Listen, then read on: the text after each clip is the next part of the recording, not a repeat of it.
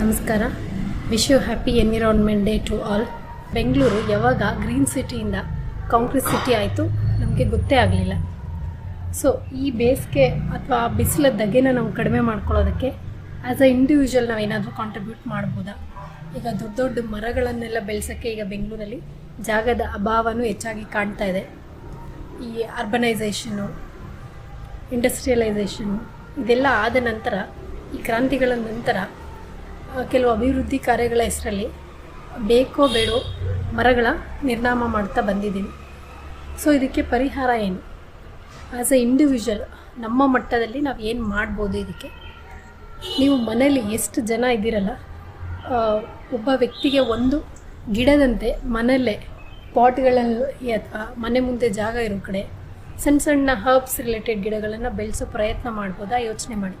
For example ತುಳಸಿ ಇರ್ಬೋದು, aloe vera ಇರ್ಬೋದು, ದೊಡ್ಡಪತ್ರೆ ಇರ್ಬೋದು, ನಿಂಬೆ ಗಿಡ ಇರ್ಬೋದು, ಕೆಲವು ಕಡೆ ಗರಿಕೆ, ಆದರೂ ಸಹ ಔಷಧೀಯ ಗುಣಗಳಿದೆ. ನಮ್ಮ ದಿನನಿತ್ಯ ಆರೋಗ್ಯಕ್ಕೆ, ನಮ್ಮ ಇಮ್ಯುನಿಟಿ ಪವರ್ ಎನ್ಹಾನ್ಸ್ಮೆಂಟ್ಗೆ ಬಳಕೆ ಆಗುವಂಥ ಗಿಡಗಳನ್ನು ಬೆಳೆಸ್ಬೋದಾ? ಯೋಚನೆ ಮಾಡಿ. ಇದರಿಂದ ಪರಿಸರಕ್ಕೂ ನಾವು ನಮ್ಮದೇ ಆದ ರೀತಿ ಕೊಡುಗೆ ಕೊಟ್ಟಂಗೆ ಆಗುತ್ತೆ. ಇವು ನಮ್ಮ ಆರೋಗ್ಯಕ್ಕೆ, ಅದರದ್ದೇ ಆದ ನಮ್ಮ ಓವರಾಲ್ ವೆಲ್ಬೀಯಿಂಗ್ಗೆ ಧನಾತ್ಮಕ ಪರಿಣಾಮ ಬೀರುತ್ತೆ ಅಂತ ಹೇಳ್ಬೋದು. ಈ ಗಿಡ ಮರಗಳ ಜೊತೆ ನಾವು ಎಷ್ಟು ಭಾವನಾತ್ಮಕ ಸಂಬಂಧ ಇಟ್ಕೊಳ್ತೀವಲ್ಲ, ನಮ್ಮ ಮಾನಸಿಕ ಸಮತೋಲನಕ್ಕೆ ಅದು ಸಹಾಯ ಮಾಡ್ತಾ ಹೋಗುತ್ತೆ ಅನ್ನೋದು ಎಷ್ಟೋ ರಿಸರ್ಚ್ಗಳ ಮೂಲಕ ಪ್ರೂವ್ ಆಗಿದೆ.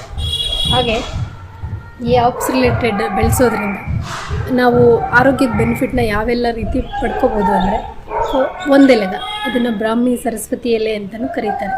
ಮಕ್ಕಳ ಮೆಮೊರಿ ಎನ್ಹಾನ್ಸ್ಮೆಂಟ್ಗೆ, ಬ್ರೈನ್ ಡೆವಲಪ್ಮೆಂಟ್ಗೆ ಸಹಾಯ ಮಾಡುತ್ತೆ. ಬ್ರೈನ್ ಇನ್ಫ್ಲಮೇಷನ್ ಇದ್ದರೆ ಆಟೋಮೆಟಿಕ್ ಅದರಲ್ಲಿರೋ ಗುಣಗಳು ಅದನ್ನು ರೆಡ್ಯೂಸ್ ಮಾಡ್ತಾ ಹೋಗುತ್ತೆ. ಮತ್ತು ಯಾವ ಟೈಮಲ್ಲಿ ಆ ಬ್ರಾಹ್ಮಿನ ಬಳಸ್ತೀವಿ ಅನ್ನೋದು ಮುಖ್ಯ ಆಗುತ್ತೆ. ಆ ಬ್ರಾಹ್ಮಿನ ಹಿತಮಿತವಾಗಿ ಬೆಳಗ್ಗೆ ಬಳಸಿದ್ರೆ ಮೆಮೊರಿ ಎನ್ಹಾನ್ಸ್ಮೆಂಟಿಗೆ ಹೆಲ್ಪ್ ಮಾಡುತ್ತೆ.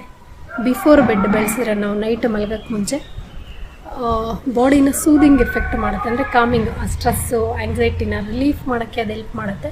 ನಿದ್ದೆ ಚೆನ್ನಾಗಿ ಬರುತ್ತೆ. ಕ್ವಾಲಿಟಿ ಸ್ಲೀಪ್ ಎನ್ಹಾನ್ಸ್ಮೆಂಟ್ ಸಹ ಬ್ರಾಹ್ಮಿ ಮಾಡುತ್ತೆ ಅಂತ ಹೇಳ್ಬೋದು. ಈ ತುಳಸಿ, ದೊಡ್ಡಪತ್ರೆ ಮಕ್ಕಳ ಕೆಮ್ಮು, ನೆಗಡಿ, ಜ್ವರ ಇದನ್ನು ಕಂಟ್ರೋಲ್ನಲ್ಲಿ ಇಟ್ಕೊಳ್ಳೋಕ್ಕೆ ಹೆಲ್ಪ್ ಮಾಡುತ್ತೆ. ಮಕ್ಕಳ ಇಮ್ಯುನಿಟಿ ಪವರ್ನ ಆಟೋಮೆಟಿಕ್ ಜಾಸ್ತಿ ಮಾಡ್ತಾ ಹೋಗುತ್ತೆ. ಸೊ ನಾವು ನಮ್ಮ ಕಿಚನ್ನನ್ನೇ, ನಮ್ಮ ಅಡುಗೆ ಮನೆ ಮತ್ತು ಗಿಡಗಳನ್ನೇ ಔಷಧೀಯ ರೀತಿಯಲ್ಲಿ ಬಳಸೋದ್ರಿಂದ ನಮ್ಮ ಆರೋಗ್ಯ ಯಾವಾಗಲೂ ಉತ್ತಮವಾಗಿರುತ್ತೆ ಅಂತ ಹೇಳ್ಬೋದು. ಈ ಆಲೋವೆರಾ ಜೆಲ್ ಇದು ಬಾಡಿ ಕಾಮಿಂಗ್ ಎಫೆಕ್ಟ್ ಕೊಡುತ್ತೆ. ಇಂಟರ್ನಲ್ ಕ್ಲೆನ್ಸಿಂಗ್ಗೆ, ಬಾಡಿ ಡಿಟಾಕ್ಸಿಫಿಕೇಷನ್ಗೆ ಹೆಲ್ಪ್ ಮಾಡುತ್ತೆ. ಹಾಗೆ ಈ ಸುಟ್ಟ ಗಾಯಗಳನ್ನು ಕಂಟ್ರೋಲ್ ಮಾಡೋಕ್ಕೆ, ಕಲೆ ಇಲ್ದಿರ ಚರ್ಮ ವಾಪಸ್ ಬೆಳೆಯೋದಕ್ಕೂ ಅದು ಸಹಾಯ ಮಾಡುತ್ತೆ. ಮತ್ತು ಕೂದಲ ಆರೋಗ್ಯಕ್ಕಂತೂ ಅದು ಹೇಳಿ ಮಾಡಿಸಿದ ರಾಮಬಾಣ ಅಂತ ಹೇಳ್ಬೋದು. ಹಾಗೆ ಗರಿಕೆ, ಎಷ್ಟೋ ಆರೋಗ್ಯ ಸಂಬಂಧಿ ಸಮಸ್ಯೆಗಳಿಗೆ ಆಯುರ್ವೇದದಲ್ಲಿ ಗರಿಕೆನ ಬಳಸ್ತಾರೆ. ಈ ನಿಂಬೆ ಗಿಡ ಟೀ ಕಷಾಯ ರೂಪದಲ್ಲಿ ಇದನ್ನು ಬಳಸ್ಬೋದು. ಶಂಖಪುಷ್ಪಿ ಅನ್ನೋದು ಒಂದು ಬರುತ್ತೆ. ಇದು ಮೆಮೊರಿ ಎನ್ಹಾನ್ಸ್ಮೆಂಟಿಗೆ ಹೆಲ್ಪ್ ಮಾಡುತ್ತೆ. ಸೊ ನಮ್ಮ ಹಿರಿಯರು ಇದ್ರ ಬಗ್ಗೆ ಎಲ್ಲ ತಿಳ್ಕೊಂಡಿದ್ದೇ ಹಿತ್ತಲಲ್ಲಿ ಇವನ್ನ ಬೆಳೆಸ್ಕೊಂಡು ಅದರ ಆರೋಗ್ಯ ಲಾಭಗಳನ್ನು ವರ್ಷ ಪೂರ್ತಿ ಪಡೀತಾಯಿದ್ರು. ಈ ನಿಟ್ಟಿನಲ್ಲಿ ನಾವು ಪ್ರಯತ್ನ ಶುರು ಮಾಡೋಣ.